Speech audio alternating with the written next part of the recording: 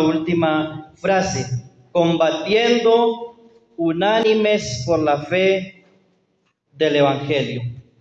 Y el capítulo 4, versículo 3, dice la Escritura, gracias, dice que asimismo te ruego también a ti, compañero fiel, que ayudes a estas que combatieron juntamente conmigo en el Evangelio, con Clemente también y los demás colaboradores míos, cuyos nombres están en el libro de la vida. Noten allí nuevamente la expresión, ayudes a estas que combatieron. Un combate en la actualidad es algo diferente a como era un combate en los tiempos en que el apóstol Pablo está escribiendo esta carta. Hoy día un combate es desde helicópteros, desde aviones, desde drones, con un control remoto, pero en aquel entonces un combate era cuerpo a cuerpo, con espada, escudo, casco y todos los implementos que llevaba la armadura del guerrero. Así que era una lucha de donde habían dos posibilidades: salir con vida o quedar allí en la lucha. Un combate entonces está apuntando a una pelea, pero que es permanente, una pelea que se apagó. Listo. Una pelea que perdura, que es permanente y que solo termina el día que el Señor Jesucristo nos lleve a estar con Él, o hasta el día que el Señor regrese, donde cesará toda lucha, toda prueba, y donde esta guerra, donde esta lucha o este combate terminará. Y el texto en el cual me quiero centrar un poco está allí mismo en Filipenses capítulo 1, el versículo 6. Y tengamos en mente los versículos que leímos anteriormente. Filipenses 1, 6. Dice la Escritura, estando persuadido de esto, que el que comenzó en vosotros la buena obra, la perfeccionará hasta el día de Jesucristo. Tres tiempos vemos aquí en este pasaje. Vemos aquí condensada lo que es la historia de la vida del creyente. Número 1, comenzar. Número 2 es crecer, ser perfeccionado por el Señor, por su palabra. Y número 4, la llegada, la meta. Y el texto nos habla de esos tres pasos, digámoslo así, o de esas tres etapas de la vida del creyente. Pablo dice que él está convencido que el que comenzó perfeccionará hasta el día de Jesucristo. Entonces, en primer lugar, vamos a hablar acerca del comienzo. Dice el texto que él está convencido o persuadido, dice la Reina Valera, está persuadido que el que comenzó en ustedes la buena obra, el que comenzó la buena obra. En Filipenses 1:5, ahí el versículo anterior dice, por vuestra comunión en el Evangelio desde el primer día hasta ahora. Es decir, que hay un comienzo. En una carrera hay un comienzo, en una carrera hay un despegar.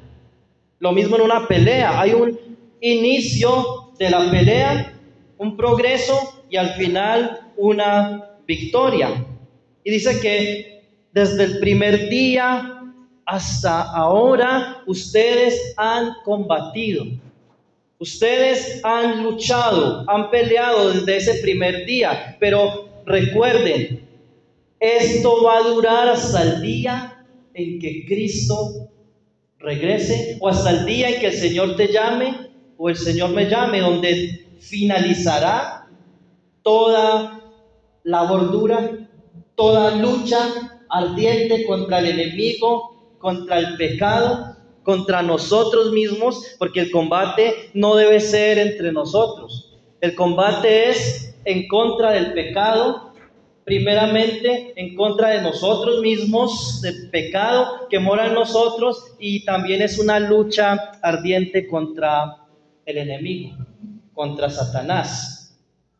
En Hechos capítulo 16, nosotros vemos la fundación de la iglesia en Filipos, a quien Pablo le escribe la carta a Filipenses. En este capítulo nosotros vemos, y voy a tomar dos ejemplos allí, de dos personas al iniciar, al comenzar ese camino, al comenzar, como dice en el versículo 6, el que comenzó la buena obra, la va a terminar, la va a perfeccionar. Pero ¿cómo comienza esa buena obra en cada uno de nosotros? ¿Cómo comenzó y cómo puede comenzar para usted si en esta mañana está aquí y aún no ha venido a los pies del Señor Jesucristo?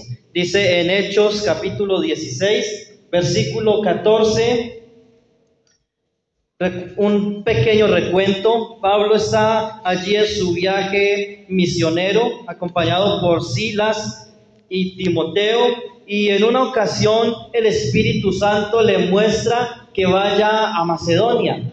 Él tenía el interés de ir a otro lugar llamado Asia, otro lugar llamado Misia y Bitinia, pero dice la Escritura desde el versículo 6 al versículo 10 que le fue prohibido por el Espíritu Santo predicar en estos lugares, en Bitinia, en Misia. El Espíritu Santo no le permitió predicar allí, porque el Señor cierra puertas, pero el Señor también abre grandes puertas para llevar el Evangelio. Hay lugares donde no quieren las personas escuchar, pero hay lugares donde hay personas ansiosas de escuchar el Evangelio. Y de esa manera Pablo se deja guiar por el Espíritu Santo, llega a Macedonia, y al primer lugar donde ellos llegan es a Filipos. Según el versículo 12, vemos que él llegó a Filipos, estuvo allí más o menos una semana, y habían unas mujeres que se reunían en la orilla de un río a hacer oración. Él se reunía allí con ellas, les hablaba del Evangelio del Señor Jesucristo, y el versículo 14 dice: entonces una mujer llamada Lidia, vendedora de púrpura de la ciudad de Tiatira, que adoraba a Dios, estaba oyendo, y el Señor abrió el corazón de ella para que estuviese atenta a lo que Pablo decía. Verso 15, y cuando fue bautizada y su familia, nos rogó diciendo: si habéis juzgado que yo sea fiel al Señor, entrad en mi casa y posad, y nos obligó a quedarnos. Una mujer, y me parece muy curioso, una mujer que estaba adorando, que estaba cantando al Señor, pero que aún no había abierto su corazón a Cristo. Pero dice que en ese momento, cuando Pablo estaba hablando de la palabra de Dios, el Señor le abrió el corazón y ella creyó al Señor. El inicio de la vida cristiana es cuando nosotros abrimos el corazón al Señor Jesucristo, o en palabras de Juan el apóstol, recibimos a Cristo en nuestro corazón. Dice Juan: a todos los que le recibieron, a los que creen en su nombre, Él les dio potestad de ser hechos hijos de Dios. En el momento cuando abrimos el corazón, el Señor obra para salvación. Dice la Escritura que la fe viene por el oír, y el oír por la palabra de Dios. Es el Evangelio, hermanos, es la Escritura. Nosotros no necesitamos ir a hacer señales, prodigios, sanidades, exorcismos para que una persona quiera venir a los pies de Cristo, el Evangelio. Creemos que la palabra es suficiente. Como miraremos en un momento, el Evangelio es suficiente, porque dice que esta mujer estaba oyendo y el Señor le abrió el corazón. Verso 14, ¿qué estaba oyendo esa mujer? ¿Qué estaba oyendo? ¿Anécdotas de Pablo? ¿Historias de Pablo?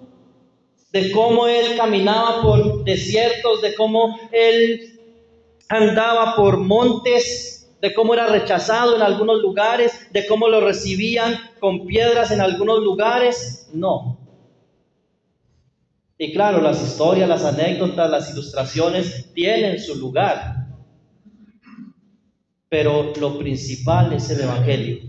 Lo principal es la palabra de Dios, porque cuando ella estaba oyendo, el Señor le abrió el corazón. Y Pablo lo cité hace un momento en Romanos 10:17, lo dice: la fe viene por el oír, y el oír por la palabra de Dios.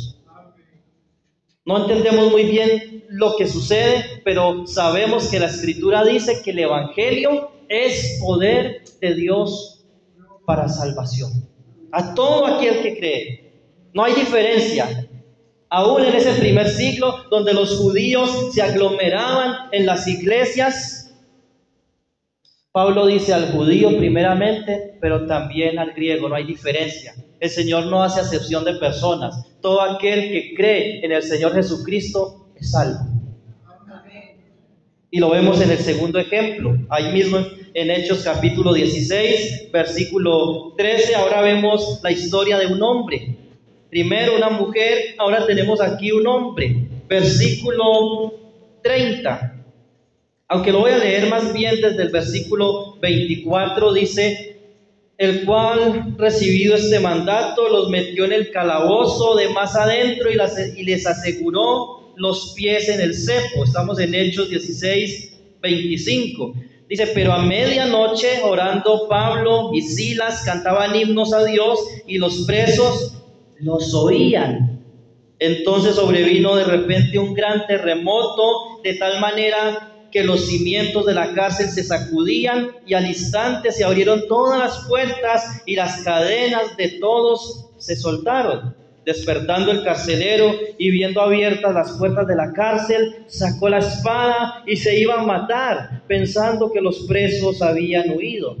Mas Pablo clamó a gran voz diciendo: no te hagas ningún mal, pues todos estamos aquí. Él entonces, pidiendo luz, se precipitó adentro y temblando se postró a los pies de Pablo y de Silas, y sacándolos les dijo: señores, ¿qué debo hacer para ser salvo? Ellos dijeron: cree en el Señor Jesucristo y serás salvo tú y tu casa. Verso 32 es clave. Y le hablaron la palabra del Señor a él y a todos los que estaban, ¿dónde? En su casa. Por eso dice: serás salvo tú y tu casa, porque él, que no dice el nombre, ese carcelero, y su casa escucharían ¿qué? El Evangelio, el glorioso Evangelio del Señor Jesucristo. Escucharían la palabra del Señor, dice el versículo 32, verso 33, y él tomándolos en aquella misma hora de la noche les lavó las heridas, y enseguida se bautizó él con todos los suyos. ¿Qué significa esto? Que creyeron. Que creyeron. Pablo les dice: cree en el Señor Jesucristo y serás salvo tú, y si tu casa cree, serán salvos también. ¿Qué significa el hecho de que él haya sido bautizado? Inmediatamente, porque en el primer siglo, en el libro de los Hechos, vemos que funcionaba de esa manera. Alguien creía, inmediatamente era bautizado. El hecho de que este hombre y su familia hayan sido bautizados significa que creyeron a la palabra de Dios, creyeron el Evangelio del Señor Jesucristo. Versículo 34, y llevándolos a su casa, les puso la mesa y se regocijó con toda su casa de haber creído a Dios. He ahí, hermanos, he ahí el inicio, he ahí el comienzo. Así que si usted un día vino a los pies del Señor Jesucristo y le abrió su corazón y vino a Él el arrepentimiento, en fe, porque El requisito, digámoslo así, es que creer. Cree en el Señor Jesucristo. Si usted ya vino a Él, usted ya comenzó, o más bien, el Señor ya comenzó algo en usted. Comenzó una obra en usted. En su vida comenzó un combate. En su vida comenzó una pelea, una lucha ardiente. ¿Hasta cuándo? Hasta el día de Jesucristo. Hasta el día que Cristo venga o Él te llame individualmente por medio de la muerte a estar en su presencia. Pero mientras tanto estamos en un combate.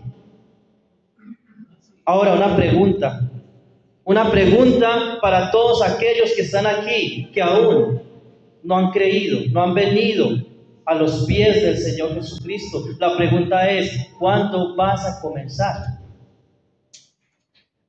Porque si usted no tiene a Cristo, Él no ha comenzado esa buena obra en usted. Y lo más triste aún, su lucha es muy diferente, su combate es muy diferente al que tiene la persona que tiene a Cristo en su corazón. Porque su lucha es vana. Su lucha tal vez sea por conseguir una casa, un carro, su lucha sea tal vez por cuidar su honra, por cuidar su familia, y son cosas que en sí mismas son legítimas.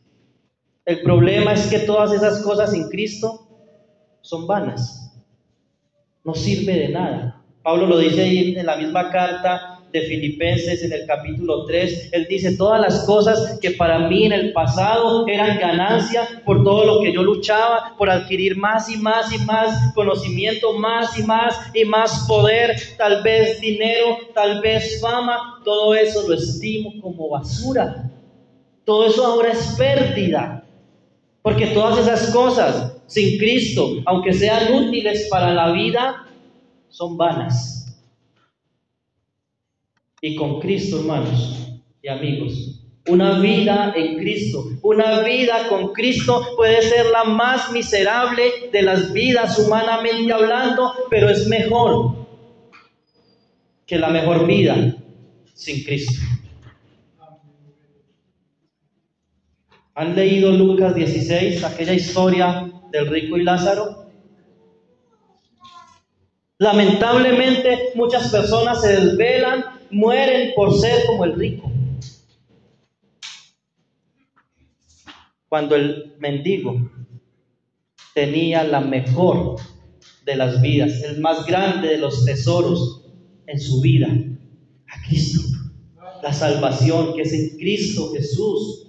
Aquella salvación es lo más grande, aquel Salvador es lo más hermoso, lo más precioso que usted pueda alcanzar en esta vida. Dice que el reino de los cielos es semejante a un hombre que encontró un tesoro, y cuando encontró ese tesoro, él fue y vendió todo lo que tenía. Él renunció a todo lo que tenía y compró aquel terreno. ¿Por qué? ¿Quería el terreno? No, él quería aquel tesoro. Amigo que me escuchan esta mañana, hay un tesoro muchísimo más precioso que el oro, que las riquezas, que el poder, que la fama. Ese tesoro es Cristo mismo. Cristo mismo. Y usted puede venir a Él hoy. Puede venir hoy a Él para que su vida tenga propósito, para que su vida tenga sentido. Y el día del juicio de Dios, usted no diga: desperdicié mi vida, rechacé algo que perduraría por la eternidad, rechacé al Hijo de Dios, al Salvador. Te lamentarás por la eternidad si rechazas hoy a Cristo, porque hoy es el día de salvación, dice la palabra del Señor.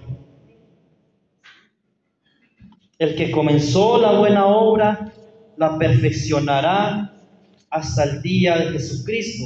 Entonces, después del comienzo sigue el crecimiento. Hay una palabra allí que es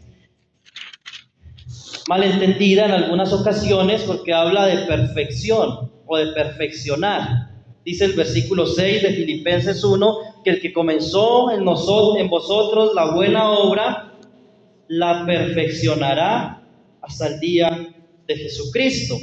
Entonces ese perfeccionará, muchos la entienden como la necesidad de nosotros llegar a ser perfectos en todo el sentido de la palabra, es decir, nunca más volver a tener un mal pensamiento, nunca más volver a tener un disgusto con la esposa, con los hijos, nunca más enojarse, nunca más pecar. Un pastor, o no sé si un falso pastor, decía en una ocasión, anunciando a la iglesia: hermanos, hoy tengo para decirles que he cumplido 20 años sin pecar. 20 años sin pecar. ¿Qué dirían ustedes a esto?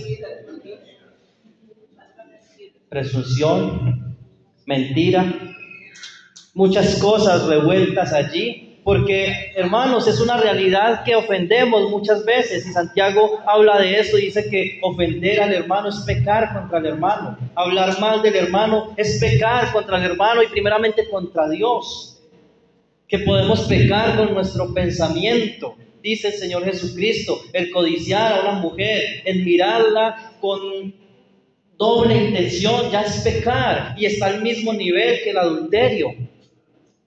Que aborrecer a una persona es igual al homicidio. Así que en este combate, en esta lucha, hermanos, nosotros tenemos muchas caídas. Dice Juan, primera de Juan 2:1: hijitos míos, estas cosas les escribo ¿para qué? Para que no pequéis. Esa es la visión. Esa es la meta. Estas cosas les escribo para que no pequéis. Pero como es imposible llegar a un estado de impecabilidad, Juan añade: mas si alguno hubiese pecado, abogado tenemos para con el Padre, a Jesucristo el justo. Él es la propiciación por nuestros pecados, y no solo por los nuestros, sino por los de todo el mundo. Él pagó por nuestros pecados pasados, por nuestros pecados presentes y aún por nuestros pecados futuros. Hay seguridad en Cristo, hermanos. Si verdaderamente estamos en Cristo, estamos seguros de que no caeremos definitivamente. Es imposible que un verdadero creyente caiga del estado de fe. Es imposible que apostate de la fe. Sí, pueden caer, y es lamentable, hermanos. Y créanme que esto no lo decimos con el ánimo de que los hermanos salgan: ok, no pierdo la salvación, entonces puedo pecar. No. Pablo fue muy claro en esto en Romanos 6, capítulo 1 en adelante, que pues perseveraremos al pecado para que la gracia abunde. No, en ninguna manera, porque los que hemos muerto al pecado, ¿cómo viviremos aún en él? Parte de ese combate, parte de la lucha nuestra como hijos de Dios es crecer en santidad. Es santificarnos, es purificarnos día a día y claro, crecer. Antes bien, crecer en la gracia y el conocimiento de nuestro gran Dios y Señor Jesucristo, dice Pedro en 2 de Pedro 3:18. Crecer. Se espera del creyente que año a año avance en madurez, avance en santidad. Si usted hoy está en una condición igual a como estaba hace unos 5 años atrás, pues usted ha perdido mucho tiempo y usted ha perdido muchas oportunidades de crecer. Y si usted está peor, hay esperanza, hermano. La idea no es juzgarle, hay esperanza en Cristo.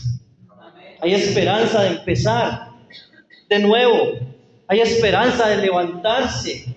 El Señor perdona.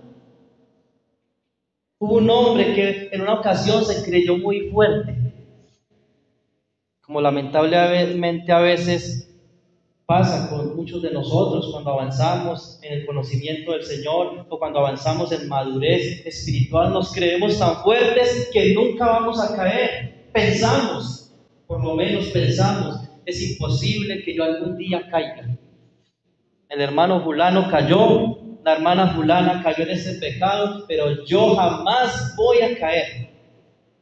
Hubo un hombre que le dijo al Señor Jesús: Señor, yo sé que sí, es verdad lo que usted está diciendo, todos se van a escandalizar de ti, pero aunque todos te negaren, yo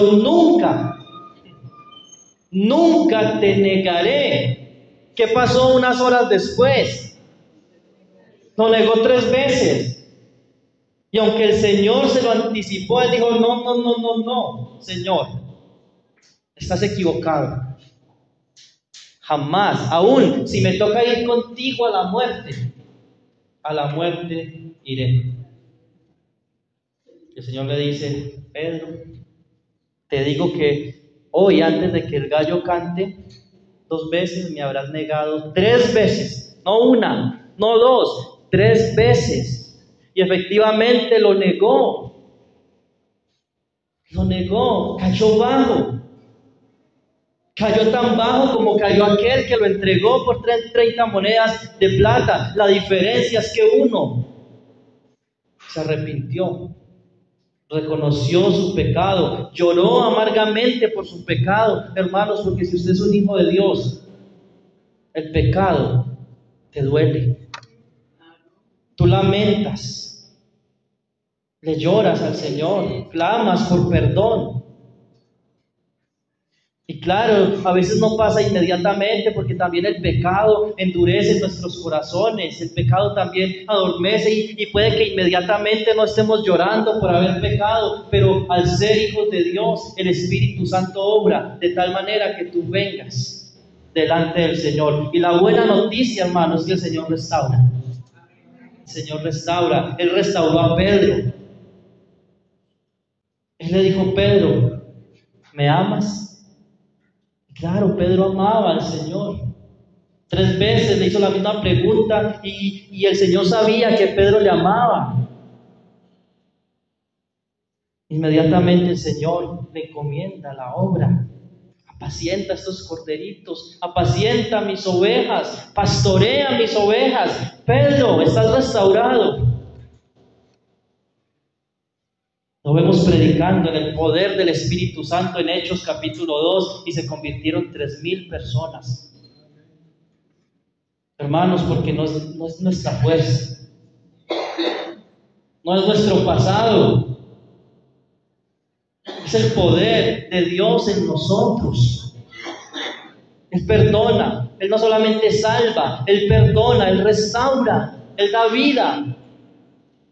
Y si tiene poder para resucitar un muerto, tiene poder para levantarnos. Dice el proverbista, no recuerdo bien si es Salomón, si 7 veces cae el justo, Jehová lo levantará. La vida cristiana está llena de retos, porque es un combate. En esos retos es necesario ocuparse en las cosas de Dios. Dice Filipenses capítulo 2, versículo 12. Filipenses 2:12 dice: por tanto, amados míos, como siempre habéis obedecido, no solo en mi presencia solamente, sino mucho más ahora en mi ausencia, ocupaos en vuestra salvación con temor y temblor. Temor y temblor. Pablo lo dijo de otra manera en una ocasión a los Corintios, en 1 Corintios 10:13. Así que el que piense estar firme, mire que no caiga. Debemos ocuparnos en las cosas que corresponden a la vida cristiana. Allí no está hablando de que tenemos que cuidar la salvación para no perderla, o en ocuparnos en hacer buenas obras para tratar de ganar la salvación. No, el punto del texto es: ocúpese en la vida cristiana, en lo que corresponde a una persona que ha sido salvada por el Señor Jesucristo, y en esa ocupación hágalo con temor, con temblor. Y eso implica muchas cosas. El servicio del Señor. Filipenses 1:20. Conforme a mi anhelo y esperanza de que nada seré avergonzado, antes bien con toda confianza, como siempre, ahora también será magnificado Cristo en mi cuerpo, o por vida o por muerte, porque para mí el vivir es Cristo, el morir es ganancia. Mas si el vivir en la carne resulta para mí en beneficio de la obra, no sé entonces qué escoger. Porque de ambas cosas estoy puesto en estrecho, teniendo deseo de partir, estar con Cristo, lo cual es muchísimo mejor. Pero quedar en la carne es más necesario por causa de vosotros. Y confiado en esto, sé que quedaré, que aún permaneceré con ustedes para vuestro provecho y gozo de la fe, para que abunde vuestra gloria de mí en Cristo Jesús por mi presencia otra vez entre vosotros. Pablo es un hombre que vive una vida apasionada. Él está sirviendo al Señor y Él les dice: aunque es muchísimo mejor estar en el cielo con el Señor, yo sé que el quedarme aquí es de beneficio para la obra. Pablo era un hombre que servía, que trabajaba. Dice en Romanos capítulo 12, versículo 11: fervientes en espíritu, sirviendo al Señor. Ese servir al Señor debe ser con fervor. La palabra ferviente allí apunta a algo que está burbujeando, que está hirviendo. Hervir de pasión por la obra de Cristo, eso es ocuparse en nuestra salvación. También ocuparse en la salvación tiene que ver con aferrarnos a la palabra de Dios. Aferrarnos a la palabra de Dios. Allí mismo en Filipenses capítulo 2, versículo 16. 2:16 dice: asidos de la palabra de vida, para que el día de Cristo yo pueda gloriarme de que no he corrido en vano, ni en vano he trabajado. Este texto está hablando de ocuparse en la salvación. Este texto está hablando de ser irreprensibles, de andar como hijos de luz, de ser como luminares en el mundo, versículo 15, y el versículo 16 nos da la clave, y me perdonan la expresión. El punto es agarrarnos de la palabra. Esa palabra asidos, eso es lo que significa: aferrarse, agarrarse de algo, hacerse de algo. Y de lo que Pablo dice que nosotros necesitamos agarrarnos, aferrarnos, no soltarla, es la palabra de vida, hermanos, porque la palabra es suficiente. La palabra es suficiente. La palabra es suficiente no solamente para ayudarnos a crecer, para traer madurez a nuestra vida como creyentes, sino que la palabra de Dios es suficiente para salvar. Claro, es Cristo el que salva, pero lo hace por medio del glorioso evangelio, que es poder de Dios para salvación. Dice el Salmo 19, el Salmo que habla de la suficiencia de las Escrituras. Vamos allí un momento. Salmos capítulo 19.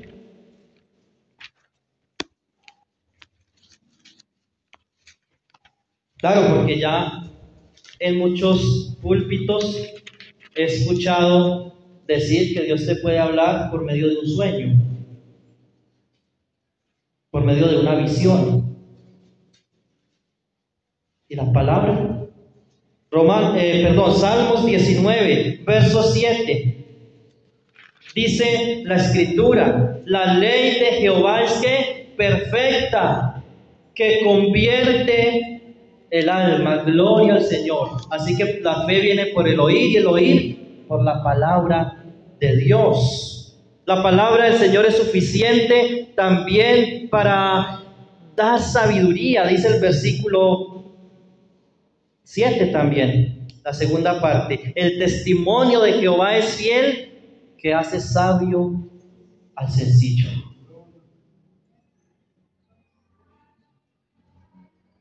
Tremendo esto.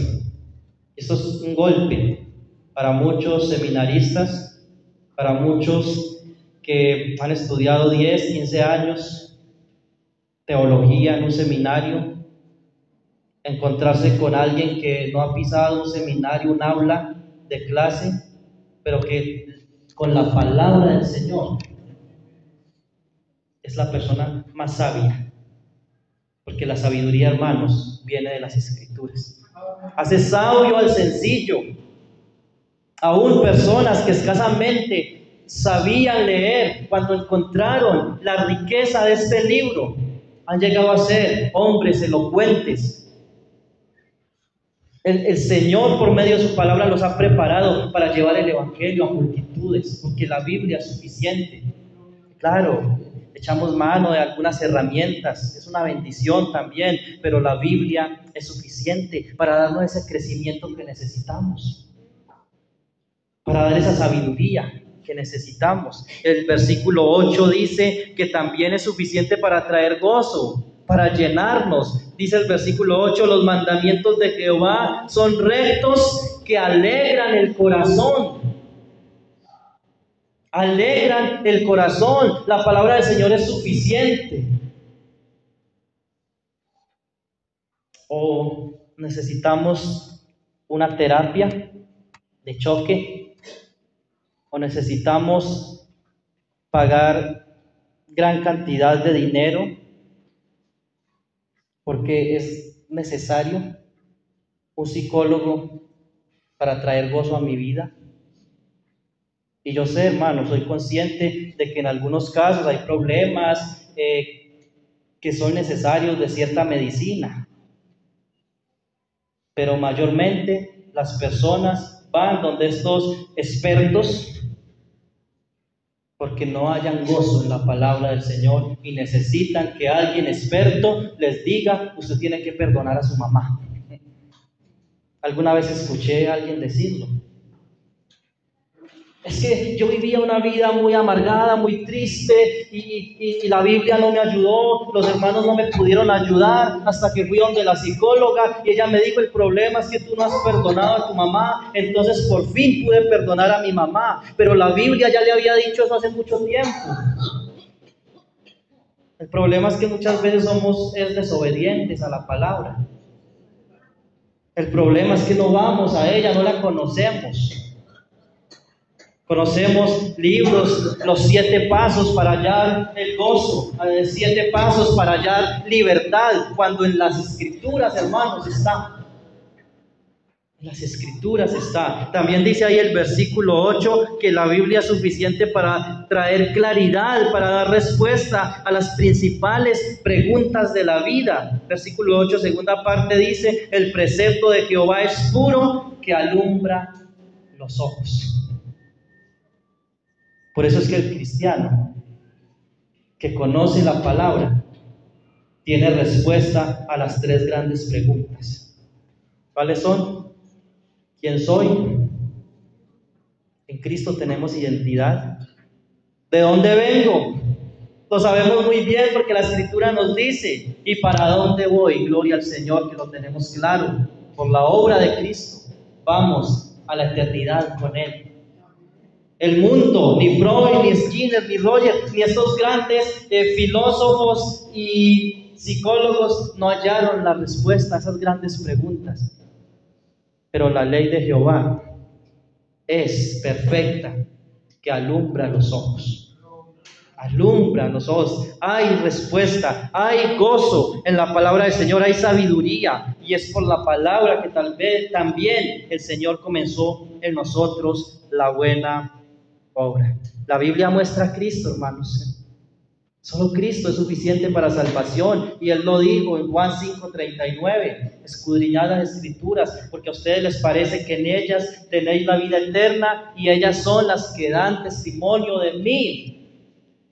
Dice Lucas 24:44 que comenzando desde Moisés y siguiendo por todos los profetas y los salmos, el Señor Jesús les declaró lo que las Escrituras decían de Él. Porque Él es el centro de la Biblia, hermanos. Él es el centro de la Biblia. No es el pueblo de Israel. No es Abraham. No es la ley mosaica, ceremonial. No, el centro de las Escrituras es Cristo. Y por eso es que trae sabiduría, por eso es que trae gozo, por eso es que alumbra nuestros ojos, por eso es que trae salvación, porque Él es el centro de la palabra. Es lo más seguro que tenemos, hermanos, la Biblia. Mencionaba hace un momento lo de los sueños, visiones y todas esas cosas no son seguras. Pedro dice en 2 de Pedro 1, 19 y 20, tenemos también la palabra profética más segura. A esa palabra profética hacéis bien el estar atentos, como una antorcha que alumbra en un lugar oscuro. Y el salmista diría, lámpara es a mis pies tu palabra. A mis pies, aquellas cosas inmediatas, la Biblia la necesitamos para tomar decisiones, para criar a nuestros hijos, para educarlos, para vivir como hermanos, pero también es lumbrera a nuestro camino. Cuando pensamos en el futuro, cuando queremos pensar y meditar, reflexionar sobre el futuro, vamos a la Escritura. Y allí nos dice lo que pasará también en el futuro. La meta, para terminar. Pablo tiene en mente una meta, porque él dice, el que comenzó en vosotros la buena obra, la perfeccionará hasta el día de Jesucristo. Filipenses 3:12. Filipenses capítulo 3, versículo 12. Dice allí la Escritura, no que lo haya alcanzado ya. Pablo era consciente de eso. Ni que sea perfecto, es decir, no ha alcanzado esa madurez necesaria, esa perfección, sino que prosigo por ver si logro agarrar así aquello para lo cual fui asido por Cristo Jesús. Hermanos, yo mismo no pretendo haberlo alcanzado ya, pero una cosa, olvidando ciertamente lo que queda atrás y extendiéndome a lo que está adelante, prosigo a la meta, al premio del supremo llamamiento de Dios en Cristo Jesús. Hay una meta, hermanos. Nuestra meta es Cristo. Ya lo tenemos por fe en nuestras vidas, en nuestros corazones, pero no hemos llegado. Falta algo. Ya fuimos justificados. Gloria a Dios. Hemos sido justificados por la obra de Cristo. Y de gratis, dice Romanos 1:24, siendo justificados gratuitamente por su gracia. Estamos siendo santificados. Ese es el camino, ese es el combate. Pero seremos glorificados. Gloria al Señor. Por eso Pablo dice, es que falta. Aún no hemos llegado. No para completar la salvación, porque la tenemos segura en Él, completa. Pero el día que estemos en su presencia, cuando le veamos cara a cara, cuando le veamos tal como Él es, ese día podemos decir, gloria al Señor, hemos llegado. Mientras estemos en esta tierra, no hemos llegado. Por eso debemos seguir combatiendo en esta pelea. Dice Colosenses 1:27 que es Cristo en nosotros la esperanza de gloria. Y Filipenses 1:10 dice allí el texto, para que aprobéis lo mejor, a fin de que seáis sinceros e irreprensibles para el día de Cristo. Viene el día, hermanos. Viene el día de Cristo, donde estaremos en su presencia. Habrá un tribunal. 2:16 de Filipenses también, 2:16 dice, ha sido de la palabra de vida para que en el día de Cristo, yo pueda gloriarme de que no he corrido en vano, ni que en vano he trabajado. Esperamos a Cristo, dice Filipenses 3, 20 al 21, nuestra ciudadanía está en los cielos, de donde también esperamos a nuestro Señor Jesucristo. Lo esperamos, Él vendrá desde el cielo. Versículo 21, el cual transformará el cuerpo de la humillación nuestra para que sea semejante al cuerpo de la gloria suya, por el poder con el cual puede también sujetar a sí mismo todas las cosas. Seremos glorificados, seremos transformados. Pablo también habla en 1 Corintios 3, 10 al 15, 2 Corintios 5, 9 al 10, Romanos 14, de que habrá un tribunal donde los hijos de Dios se presentarán delante de Él y recibiremos recompensas. Dice 1 Corintios 4, 5, que no juzguemos nada antes de tiempo, hasta que aparezca el Señor Jesucristo, el cual traerá a la luz lo oculto, y cada uno recibirá su alabanza de Dios. En aquel día, cuando estemos en su presencia, podremos oír las palabras del Señor Jesucristo diciendo: bien hecho, buen siervo y fiel. En lo poco fuiste fiel, sobre mucho te pondré. Entra en el gozo de tu Señor. Que el Señor nos ayude, hermanos. La vida cristiana, esos 70, esos 40, esos 30 años de vida que usted tenga con el Señor Jesucristo, son solo una parte. Lo más grande está por venir. Y vendrá cuando el Señor aparezca en las nubes. Y nosotros le recibamos en las nubes. Está por venir lo más glorioso, lo más grande. Pero ojo, Cristo ya comenzó. Y ese comienzo fue definitivo, porque si tú estás en Cristo, estarás en Él para siempre. Y si tú no has venido a Cristo, ven hoy. ¿Qué te impide? No sabes si vas a estar mañana. El Señor te ha dado tantas oportunidades. Ven a Él.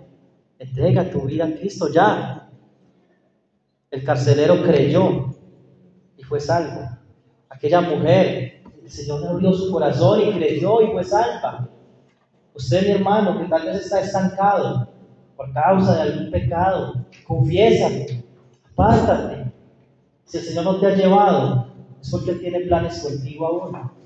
El que comenzó en ti la buena obra, la perfeccionará hasta el día de Jesucristo. Que a Él sea la gloria. Padre, gracias por tu palabra. Gracias porque tu palabra es viva, tu palabra es verdad, Señor. Te ruego que tu Espíritu Santo la aplique a nuestros corazones. Esta palabra no caiga en saco roto, Señor. Permite, obra, Señor, en cada uno de nosotros para tu gloria. Y que el día que tú aparezcas, Señor, nosotros podamos presentarnos delante de ti con confianza, no avergonzados, sino gozosos, Señor. Ayúdanos, te lo rogamos, Padre, en el nombre de Jesús. Amén.